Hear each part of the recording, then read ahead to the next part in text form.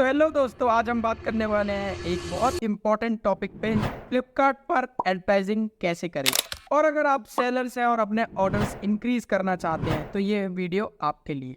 तो चलिए शुरू करते हैं। जैसे आप सभी को पता ही है कि आजकल ऑनलाइन शॉपिंग का ट्रेंड है। फ्लिपकार्ट जैसे बड़े बड़े प्लेटफॉर्म अपने प्रोडक्ट को प्रमोट करते हैं, अपने प्रोडक्ट सही कस्टमर तक पहुंचाते हैं ताकि उनकी जो प्रोडक्ट की सेल्स है, उनके ऑर्डर्स है, वो इंक्रीज हो। तो वैसे ही फ्लिपकार्ट एड्स आपके प्रोडक्ट को करोड़ों लाखों लोगों तक आपके प्रोडक्ट्स को पहुंचाता है ताकि उनकी सेल्स, उनके ऑर्डर्स इंक्रीज हो। तो आज मैं बताने वाला हूं फ्लिपकार्ट पर एड्स कैसे लगाते हैं। तो सबसे पहले हम अपने डैशबोर्ड पर चलते हैं। तो हम डैशबोर्ड पर आ गए हैं। तो सबसे पहले मैं आपको कुछ चीज़ों के बारे में बताना चाहता हूं जिसके बारे में आपको पता होना बहुत ज़रूरी है। तो सबसे पहले हमारा होता है कि आपकी जो लिस्टिंग हो वो कौन सी कैटेगरी में आपने लिस्टिंग करी होगी। तो वो सबसे मेन है कि ये नहीं होना चाहिए कि आपने अगर एक लिस्टिंग टी शर्ट में करी है तो वो दूसरी लिस्टिंग आपकी इलेक्ट्रॉनिक्स में हो। तो क्या होगा, आपकी कैटेगरी चेंज हो जाएगी। तो जब भी आप एडवर्टाइजिंग चलाएं तो ट्राई करें, या मतलब ट्राई क्या, आपको करना ही चाहिए, आपकी कैटेगरी एक ही रहनी चाहिए। मतलब अगर आप एक ऐड चला रहे हैं तो आपकी कैटेगरी हमेशा या तो टी शर्ट में रहनी चाहिए या तो इलेक्ट्रॉनिक्स में रहेगी। तो उससे क्या होता है, आपकी जो ऑडियंस होती है उन पे करेक्ट एडवर्टाइजमेंट के थ्रू आपका प्रोडक्ट रीच करते हैं। उससे बहुत ज़्यादा फ़ायदा होता है, आपके प्रोडक्ट की विजिबिलिटी बढ़ती है। और हाँ, एटलीस्ट आपके पास 15 से 20 लिस्टिंग होनी चाहिए अगर आप एक कैटेगरी में वर्क कर रहे हैं। और मैं इसका पूरा एक प्रोसीजर बताऊंगा कि आपको कैसे पता चलेगा कि कौन सा प्रोडक्ट है जो टॉप रैंक कर रहा है, अच्छी विजिबिलिटी दे रहा है आपके प्रोडक्ट की, ताकि आप उस पर ऐड चला के अच्छा खासा ऑर्डर जनरेट करें। किस प्रोडक्ट पे सबसे ज़्यादा व्यूज़ है, आपको वो सब बताने वाला हूँ मैं इस वीडियो में। सबसे पहले हमारा आता है कैटेगरी। आपने कौन से प्रोडक्ट में आपने कैटेगरी सेलेक्ट कर रखी है, आपके कौन से प्रोडक्ट की कैटेगरी है। ये नहीं होना चाहिए जब भी आप एडवर्टाइजिंग चलाएं कि एक टी शर्ट की कैटेगरी ले रखी है और दूसरी आप इलेक्ट्रॉनिक्स। अगर आप दोनों कैटेगरी को एक ही एडवर्टाइजिंग में चलाएंगे तो वो आपका एडवर्टाइजिंग ख़राब हो जाएगा, उसमें आपकी विजिबिलिटी नहीं होगी, रीच नहीं बढ़ेगी। तो मैं आपको एक ही चीज़ सजेस्ट करूँगा, अगर आप टी शर्ट की एडवर्टाइजिंग कर रहे हैं तो टी शर्ट के ही एडवर्टाइजिंग करें ना, और किसी और प्रोडक्ट को ऐड ना करें। बहुत लोग ये करते हैं, मिस्टेक्स करते हैं, जितने नए सेलर होते हैं। तो उनको ये मिस्टेक नहीं करनी चाहिए। हमेशा जो भी एडवर्टाइजिंग चलाओ वो एक ही कैटेगरी में चलाओ, ताकि जो आपकी जो एडवर्टाइजिंग के पैसे लगे हैं वो जो एडवर्टाइजिंग का जो फीचर्स है वो आपके जो कस्टमर्स हैं जिन्होंने टी शर्ट वगैरह सर्च करी होगी उनके पास ही पहुँचे, ना कि इलेक्ट्रॉनिक्स वाले। तो उससे बहुत इम्पैक्ट पड़ता है आपके विजिबिलिटी पे, आपके ऑर्डर्स पे। और नेक्स्ट मैं बताने वाला हूँ कि जब भी आप लिस्टिंग वगैरह करते हैं तो ये नहीं होता कि आपने अभी लिस्टिंग करी और आप उसको थोड़े टाइम बाद ही उसको एड्स पे रन कर दी। नहीं, ऐसा नहीं होता। आपको एटलीस्ट 1 वीक तक आपको अपना प्रोडक्ट की विजिबिलिटी देखने के लिए कि आपका प्रोडक्ट जो आपने लिस्टिंग करी है वो किस रैंक पे जा रही है लोगों पे विजिबिलिटी। क्योंकि जब भी आप लिस्टिंग करते हैं ना तो फ्लिपकार्ट उस प्रोडक्ट को खुद ही बूस्ट करता है। अगर आपने सही कैटेगरी में अपनी प्रोडक्ट की लिस्टिंग करी हुई है तो आपको जो भी लिस्टिंग करे वो हमेशा सही कैटेगरी में करे, तो फ्लिपकार्ट आपके प्रोडक्ट को खुद ही बूस्ट करेगा और आपके प्रोडक्ट की जो विजिबिलिटी रहेगी वो हमेशा इंक्रीज रहेगी। तो उसको ही मैं बताने वाला हूँ कि आपको कैसे पता चलेगा कि आपका कौन से प्रोडक्ट की विजिबिलिटी सबसे ज़्यादा है जिस पे आपको ऐड रन करना चाहिए। और आपके पास एटलीस्ट 15 से 20 लिस्टिंग होनी चाहिए एक कैटेगरी में। क्योंकि जैसे अगर आप कोई भी प्रोडक्ट सेल करते हैं तो हमेशा ये नहीं होता कि आपके 15-20 जो भी प्रोडक्ट्स आपने लिस्टिंग करी है वो सारे के सारे ही रैंक करें और अच्छा खासा बूस्ट करें। नहीं, ऐसा नहीं होता। एटलीस्ट 1, 2, 3 प्रोडक्ट ऐसे रहते हैं जो आपकी कैटेगरी में जो हमेशा बूस्ट करेंगे। हमेशा ऑल मतलब 100 to 100 नहीं होता। हमेशा किसी भी चीज़ में परसेंटेज जो होती है वो 2, 3, 4, 5 की परसेंटेज ही रहती है किसी भी फील्ड में, चाहे आप बिजनेस कर रहे हो चाहे आप कुछ भी कर रहे हो। जो भी आप लिस्टिंग करें एटलीस्ट 15 से 20 लिस्टिंग होनी चाहिए। तो चलिए मैं बताता हूँ कि फ्लिपकार्ट पर एडवर्टाइजिंग लिस्टिंग कैसे करते हैं और कौन से प्रोडक्ट सेलेक्ट करें ताकि आपके प्रोडक्ट की विजिबिलिटी बढ़े और आपको ऑर्डर्स आना शुरू हो जाए। तो सबसे पहले हम अपने फ्लिपकार्ट के डैशबोर्ड पर आ गए हैं और यहाँ पर आपको सबसे पहले क्या करना है, यहाँ पर आपको सारे पैनल दिख रहे होंगे। वो उनका लिस्टिंग का, इन्वेंट्री का, ऑर्डर्स का, पेमेंट का, ग्रोथ का, रिपोर्ट का, एडवर्टाइजिंग का, पार्टनर्स सर्विसेज का।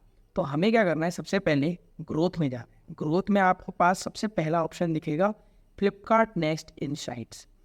फ्लिपकार्ट नेक्स्ट इनसाइट पे जैसे ही आप क्लिक करेंगे तो यहाँ पर आपको कुछ ऐसा दिखेगा, today's sale, business health, earn more, traffic report, competition learning, search trends और कस्टमर सेगमेंट। यहाँ पर आपको आपके फ्लिपकार्ट सेलर डैशबोर्ड का पूरे इंसाइट्स वगैरह दिखेंगे कि आपका बिजनेस कैसा रन कर रहा है। अर्न मोड पे मुझे इतना कुछ खास लगा नहीं है। नेक्स्ट आते हैं ट्रैफिक रिपोर्ट। तो मेन आज हम बात करने वाले हैं ट्रैफिक रिपोर्ट पर। ट्रैफिक रिपोर्ट एक ऐसा मतलब जगह है, मतलब ट्रैफिक रिपोर्ट में आप पैनल में आपको इजीली पता चल जाएगा कि आपको कौन से प्रोडक्ट की एडवर्टाइजिंग चलानी है। तो जब हम नीचे स्क्रॉल करेंगे तो आपको आपके डैशबोर्ड पे इंप्रेशन में आपके प्रोडक्ट लिस्टिंग शो हो रही होगी, दूसरे क्लिक से add to cart, buy now, conversion show हो रहा होगा। तो आप देखेंगे कि आपके नीचे प्रोडक्ट शो हो रहे होंगे जिन पे इंप्रेशन आ रखा होगा, क्लिक थ्रू रेट आ रखा, ऐड टू कार्ट आ रखा, बाय नाउ आ रखा होगा, कन्वर्जन रेट आ रखा होगा। इन्हीं में से आपको 3 प्रोडक्ट ऐसे सेलेक्ट करने हैं जो जिनका इंप्रेशन वाकई लाखों में हजारों में चल रहा हो, जिनको आपको लगे कि हाँ ये प्रोडक्ट हैं जो अच्छा खासा रैंक कर रहे हैं मेरी सारी लिस्टिंगों में। वो आपको फ्लिपकार्ट इस डैशबोर्ड पर आपको खुद ही दिखा देगा। तो आपको सबसे पहले यहाँ के SKU सेलेक्ट कर लेना है पहला। और उसके बाद मैं बताऊँगा कि जो ऐड चलाते हैं उसमें एटलीस्ट कितने प्रोडक्ट रखने चाहिए। आपने एक SKU ID कॉपी कर लेना है, फिर दूसरी SKU ID कॉपी कर लेनी है, तीसरी SKU ID कॉपी कर लेनी है। शुरुआत की जितनी भी 3 SKU ID हो आप उसे कॉपी कर लीजिए, ठीक है।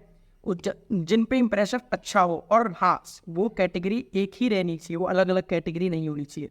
अगर मान लो आपकी पहली कैटेगरी, दूसरी कैटेगरी टी शर्ट की है, तीसरी कैटेगरी इलेक्ट्रॉनिक्स में आपकी लिस्टिंग है, तो नहीं उसे मत सेलेक्ट करना। जो चौथी में हो टी शर्ट की कैटेगरी उसको अच्छी रैंक कर रही हो तो उसे सेलेक्ट करना है, ना कि इलेक्ट्रॉनिक्स वाली को, ठीक है। तो आपने सारी लिस्टिंग को SKU ID को कॉपी करा। उसके बाद आपको जाना है एडवर्टाइजिंग के पैनल पे, जो आपको ऊपर सबसे ऊपर स्क्रॉल करेंगे तो दिख जाए। तो आपके पास फ्लिपकार्ट एड्स प्लेटफॉर्म का पैनल खुलेगा। एडवर्टाइजिंग चलाने से पहले मैं 2 चीज़ों के बारे में क्लियर कर देता हूँ। सबसे पहला हमारा होता है CPC, दूसरा होता है ROI। CPC मतलब कॉस्ट पर क्लिक। जो CPC होता है उससे क्या होता है, आपके प्रोडक्ट की विजिबिलिटी बढ़ने के चांसेस बहुत हाई रहते हैं। और ROI में क्या होता है, जो आपके प्रोडक्ट विजिबिलिटी ऑलरेडी बढ़े हुए हैं वो उनको और आगे पुश करता है ताकि ऑर्डर्स वगैरह इंक्रीज हो। तो ROI का मतलब होता है रिटर्न ऑन इन्वेस्टमेंट। एक बार मैंने गलती से रिटर्न ऑफ इन्वेस्टमेंट कर दिया तो बहुत लोगों के कमेंट आए थे, तो इस बार मैंने वो गलती नहीं करी। तो अब हम क्या करेंगे, अब हम बताता हूँ एडवर्टाइजिंग कैसे चलाते हैं। तो अगर आप नए सेलर हैं और आपको लग रहा है कि आपके ऑर्डर्स वगैरह नहीं आ रहे, तो सबसे पहले आपको चलाना चाहिए CPC। CPC चलाने से क्या होता है, आपके अकाउंट्स की ग्रोथ होती है, आपके प्रोडक्ट की विजिबिलिटी बढ़ेगी, आपके अकाउंट की ग्रोथ बढ़ेगी। ROI उन लोगों के लिए होता है जिनके प्रोडक्ट्स की विजिबिलिटी तो अच्छी है लेकिन ऑर्डर्स वगैरह नहीं आ रहे, इतनी अच्छी विजिबिलिटी नहीं जा रही है, तो उसके लिए वो ROI यूज़ करते हैं, जिनके ऑलरेडी इंप्रेशन बहुत अच्छे होते हैं। तो CPC चलाने का पहले मैं CPC बता देता हूँ, उसके बाद मैं ROI बता देता हूँ। CPC चलाने के लिए आपको पहले क्रिएट कैंपेन पे क्लिक करना है। तो यहाँ पे 2 ऑप्शन दिखेंगे, प्रोडक्ट लिस्टिंग एड्स और दूसरा प्रोडक्ट कंसेक्चुअल एड्स। आपको क्या क्लिक करना है, product listing ads. Product listing ads पे जब आप क्लिक करेंगे तो यहाँ पर आपके ROI बूस्टर ये सारे पैनल लिख जाएंगे, सब कुछ वो छोड़ दो, कस्टम सिलेक्शन पर जाना है। कस्टम सिलेक्शन पर जाने से पहले ऊपर आपको दिखा होगा एंटर कैंपेन नेम। तो यहाँ पर आपको कैंपेन नेम लिखना है, जैसे मैं लिख देता हूँ। हम पहले चाहते हैं CPC चलाते हैं, CPC फर्स्ट, ठीक है। तो यहाँ पर आप जब करेंगे तो यहाँ पर आपको नीचे कस्टम सिलेक्शन करने के बाद यहाँ पर आपको सर्च बाय SKU ID।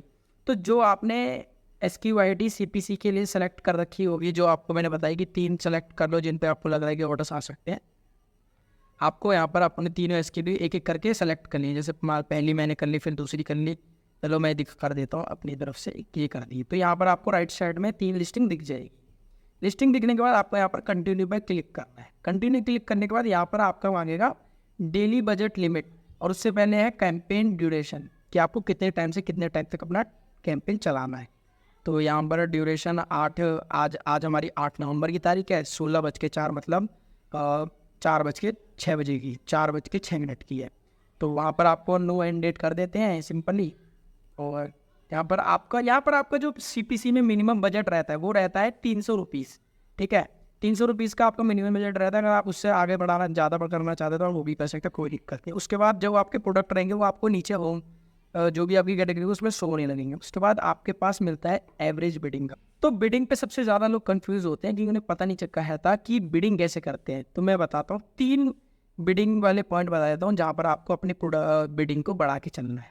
तो सबसे पहले आपको टॉप ऑफ सर्च पेज की एक बिडिंग को बढ़ा देना है। तो ₹1 जहाँ वो कटते हैं वो ज़्यादा कटेगा। उससे क्या होगा, आपकी जो बिडिंग रहेगी उससे आपकी जो प्रोडक्ट की टॉप ऑफ सर्च पेज रहेगा वो हमेशा टॉप पर आएगा। पहला आपको टॉप ऑफ सर्च पेज की बिडिंग को बढ़ा देना है। दूसरा आपको रेस्ट ऑफ ब्राउज पेज की बिडिंग को बढ़ा देना है।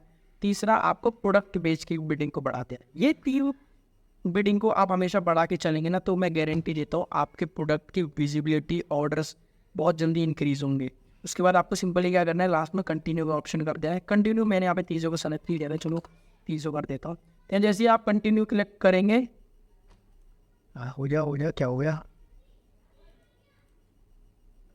अच्छा यहाँ पर टाइम का इशू हो गया ना, यहाँ पे 8:06, जैसे इसे मैं अभी 15 कर देता हूँ, फिर शुरू हो जाएगा।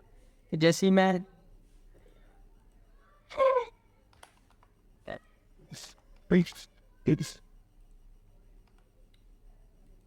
तो जैसे मैं यहाँ पे मैंने टाइम चेंज किया, तो यहाँ पर आपका ये पूरा एडवर्टाइजिंग न्यू प्ले कैंपेन दिख जाएगा। वहाँ पर आपको क्रिएट कैंपेन कर देना है और सिंपली आपका CPC कैंपेन तैयार हो चुका है।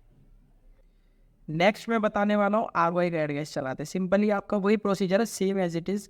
प्रोडक्ट लिस्टिंग एड्स पे क्लिक करना है, कस्टम सिलेक्शन पे क्लिक करना है। यहाँ पर आपको प्रोडक्ट लिस्टिंग सेलेक्ट करनी है, जो भी आपका NXT इनसाइट्स पे, फ्लिपकार्ट NXT इनसाइट्स पे आपके प्रोडक्ट शो हो रहे होंगे, जो अच्छी खासी रैंक कर रहे होंगे। CPC ROI एक साथ नहीं चलाना, ये भी बता देता हूँ। तो यहाँ पर आप ROI का लिख देते हैं, चलो ROI का नाम लिख देते हैं ROI। सो आप कंटिन्यू पे जैसे क्लिक करेंगे तो यहाँ पर आप तो कंटिन्यू पर क्लिक करने के बाद यहाँ पर आपको दिखेगा CPC और CPC मैंने बता दिया कैसे करते हैं। अब ये ROI करते कैसे है, तो स्मार्ट ROI पे जैसे क्लिक करेंगे, यहाँ पर आपका मिनिमम बजट ₹1000 का होना चाहिए। तो वहाँ ₹300 नहीं, CPC में 300 का होता है, ROI में ₹1000 का होता है। तो ₹1000 यहाँ पर सेलेक्ट करते हैं। यहाँ पर जो एक्सपेक्टेड ROI होती है, इसको हमेशा 1 से 15 के बीच में रखा जाता है। तो कोई भी हम नंबर सेलेक्ट कर लेते हैं, जैसे 9 कर लेते हैं, सॉरी यहाँ कर दिया मैंने।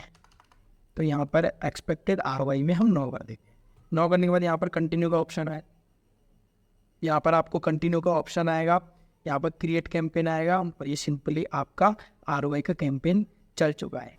तो ये था हमारा CPC ROI Flipkart ads expert की कैसे अपना एड्स चलाते हैं और अपने प्रोडक्ट को बूस्ट कैसे करते हैं, कौन से प्रोडक्ट्स हैं जिन पे आपको एड्स चलाना चाहिए, कौन से एड्स पे प्रोडक्ट पे एड्स आप चलाएंगे तो आपके प्रोडक्ट्स के ऑर्डर आएंगे, आपकी सेल्स बढ़ेगी। तो ये था पूरा कंक्लूजन ले दे के। तो आई होप आप सभी को हमारी ये वाली वीडियो पसंद आई होगी। पसंद आएगी तो लाइक कर देना, चैनल पर नहीं तो सब्सक्राइब कर देना और ई-कॉमर्स वीडियोस के लिए मेरे को फॉलो कर देना, सब्सक्राइब कर लेना और कमेंट करके बताओ कि नेक्स्ट टॉपिक हम क्या रखें।